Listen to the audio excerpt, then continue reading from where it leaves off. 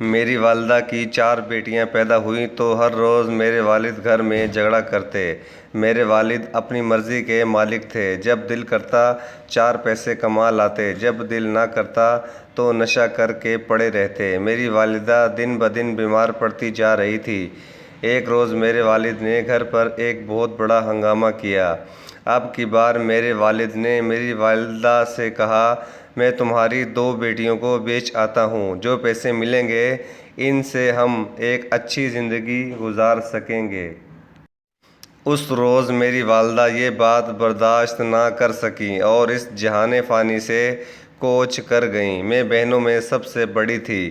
میری عمر 12 سال تھی۔ میری والدہ کی وفات کے چند روز بعد میرے والد نے اپنی جان چھڑانے کے لیے ہمیں کہا کہ آؤ آج تمہیں گھمانے لے چلوں۔ ہمیں اچھے اچھے کپڑے پہنائے اور ہمیں ایک کوٹھے پر لے گئے اور مہنگے داموں فروخت کر دیا۔ پہلی ہی رات مجھے اوڈھیر عمر کے آدمی کے ساتھ سلایا۔ میں چیختی رہی پر کوئی میری مدد کو نہ آیا۔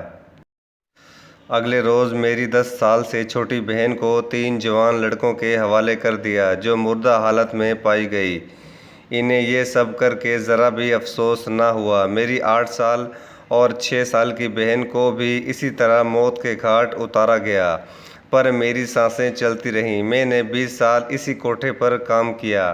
جب میری عمر 32 سال ہوئی تو شہر بھر میں مجھے میرے نام سے جانا جانے لگا۔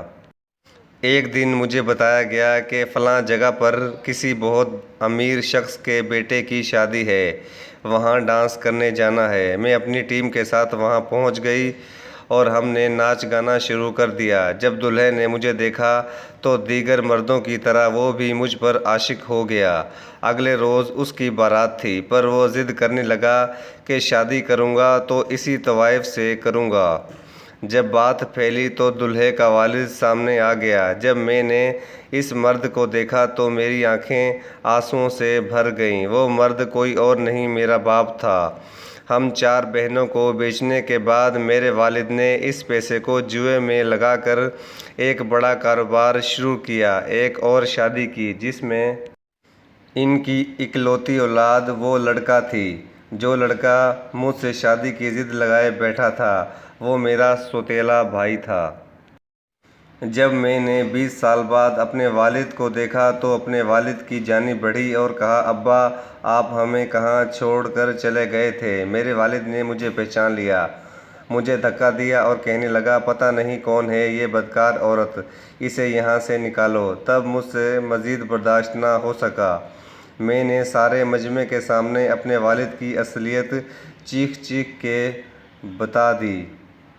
یہ سنتے ہی میرے بے غیرت باپ کے غیرت مند بیٹے نے پہلے باپ کو گولی ماری، پھر خود کو گولی ماری۔ اس روز معاشرے کو اس پہلو کے بارے میں بھی علم ہوا۔ مجھے اس کام پہ لگانے والا کوئی اور نہیں، میرا باپ تھا۔ آج بھی لوگ بیٹیاں پیدا ہونے پر اپنی بیویوں سے لڑتے جھگڑتے ہیں۔ بیٹا یا بیٹی دینے کا اختیار صرف اللہ کو ہے۔ اللہ کے کاموں میں شریک نہ بنیں۔ ویڈیو دیکھنے کا بہت بہت شکریہ۔